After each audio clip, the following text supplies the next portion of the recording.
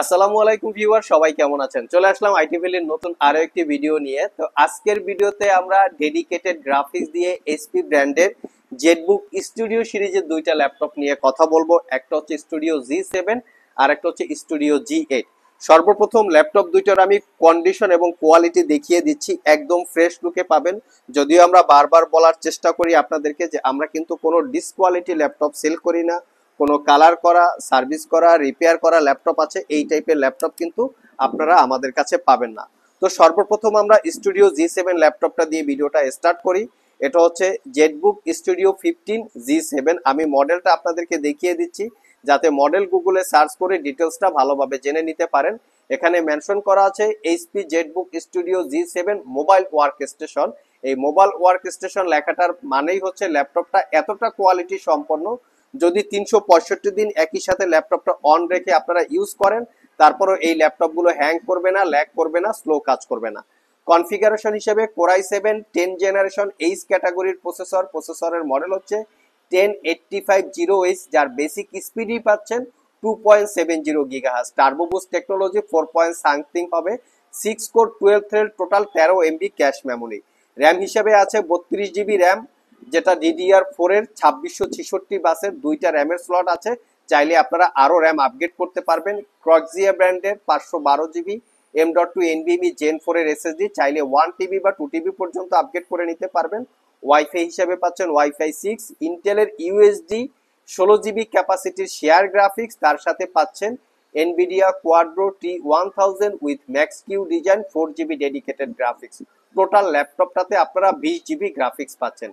Display হিসেবে পাচ্ছেন 15.6 inch full HD IPS matte display, যেটা প্রাইভেসি টেকনোলজিও আছে। আপনারা বিভিন্নভাবে প্রাইভেসি মেনটেন করে ল্যাপটপটা ইউজ করতে পারবেন। ল্যাপটপের উপর পাশে আপনারা পাচ্ছেন ফেস আইডি ক্যামেরার পাশাপাশি ওয়েব ক্যামেরা এবং ল্যাপটপটা ফুললি মেটাল দিয়ে বিল্ড করা। Fingerprint sensor, backlit keyboard, clickless trackpad সহকারে আছে। যদি পোর্ট ফ্যাসিলিটিগুলো খেয়াল করি, এখানে পাওয়ার পোর্ট যেটা দিয়ে ল্যাপটপটাকে চার্জ দেওয়া হয়, দুইটা type C thunderbolt port, HDMI port এবং মেমোরি কার্ডের স্লট। একই সাথে ল্যাপটপটা দিয়ে 3টা মনিটর এক্সটেন্ড করে আপনারা ইউজ করতে পারবেন। অপোজিট পাশে ইউএসবি পোর্ট, এয়ার ভেন্টিলেটর এবং হেডফোন জ্যাক। ল্যাপটপটায় original Windows 11 life time licence copy, grey টাইপের কালার, ফুললি মেটাল বিল্ড, 5 থেকে 6 ঘন্টা ব্যাটারি ব্যাকআপ পেয়েছি। সো এই ল্যাপটপটা দীর্ঘ 1 বছরের রিপ্লেসমেন্ট ওয়ারেন্টি এবং 5 বছরের সার্ভিস ওয়ারেন্টি দিয়ে আইটি ভ্যালি সব থেকে পারচেস করতে পারবেন মাত্র 95,500 টাকা। অপোজিট পাশে আমাদের জেটবুক স্টুডিও G8 রাখা আছে। আসুন আমরা এই ল্যাপটপেরও ডিটেলসটা একটু জেনে নেই। যাদের এরকম প্রিমিয়াম সেগমেন্টের ল্যাপটপের প্রয়োজন, একটু হাই ক্যাটাগরির, তারা চাইলে দেখতে পারেন। তবে এই ল্যাপটপগুলো আপনাদের কাছে ইউজ অবস্থায় হয়তো দাম কিছুটা বেশি মনে হতে পারে। আমি সবাইকে একটা জিনিস নোটিস করি, এই ল্যাপটপগুলো কিন্তু সিল প্যাক অবস্থায় 3 লাখ থেকে 4 লাখ টাকায় যখন ল্যাপটপগুলো রিলিজ হয় স্টার্টিং প্রাইস থাকে। তো আসুন আমরা G8 ল্যাপটপের ডিটেলসটা একটু জানি। এটা হচ্ছে G8 এর ল্যাপটপ। আমি মডেলটা বরাবরের মতোই আবার দেখিয়ে দিচ্ছি। HP ZBook studio 15.6 G8 mobile work station. Configuration হিসেবে আছে, এটার এই হচ্ছে ল্যাপটপের পুরো ডিটেলস কনফিগারেশন, যেটা কোরাই 7 11 জেনারেশন এইচ ক্যাটাগরির প্রসেসর 11850H। এটারও basic speed 2.50 gigahertz, turbo boost technology 4 point something. ল্যাপটপটাতে 8 core 16 thread, total 34 MB cache memory, মানে দুর্দান্ত লেভেলের পারফরমেন্সের একটা প্রসেসর। র্যাম হিসাবে 32 জিবি র্যাম, যেটা DDR4 এর 3200 বাসের ল্যাপটপের ভিতরে দুইটা র্যামের স্লট আছে, চাইলে র্যাম আপগ্রেড করতে পারবেন।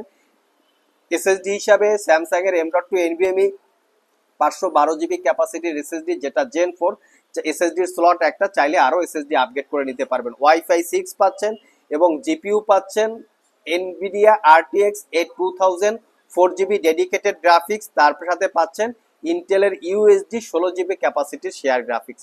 এটাতেও আপনারা পাচ্ছেন 15.6 inch full HD IPS matte display, যেটা প্রাইভেসি মেনটেন করেও ডিসপ্লেটা ইউজ করতে পারবেন। ল্যাপটপটাতে ফ্রন্ট সাইডে ফেস আইডি ক্যামেরার পাশাপাশি ওয়েব ক্যামেরা পাচ্ছেন। এটা তো 60% coverage, backlit keyboard, fingerprint sensor এবং ক্লিকলেস ট্র্যাকপ্যাড। এটাও ফ্রন্ট সাইড এবং ব্যাক সাইড একদম ফ্রেশ লুকে আছে। মোটামুটি সব ধরনের পোর্ট ফ্যাসিলিটিস পেয়ে যাচ্ছেন এক্সট্রা মেমোরি কার্ড স্লট হিসাবে। তো এই ল্যাপটপটাও ফুললি 1 বছর রিপ্লেসমেন্ট ওয়ারেন্টি, 5 বছরের সার্ভিস ওয়ারেন্টি দিয়ে পারচেস করতে পারবেন মাত্র 1,15,000 টাকা। এছাড়াও আমাদের স্টকে বর্তমানে ব্র্যান্ড নিউ ওপেন বক্স একদম ল্যাপটপ পেয়ে যাবেন মাত্র 50,000 টাকায়। 13 জেনারেশনের ল্যাপটপ। আসুন সেই ল্যাপটপগুলোর একটু ডিটেলস আমরা জেনে নেই।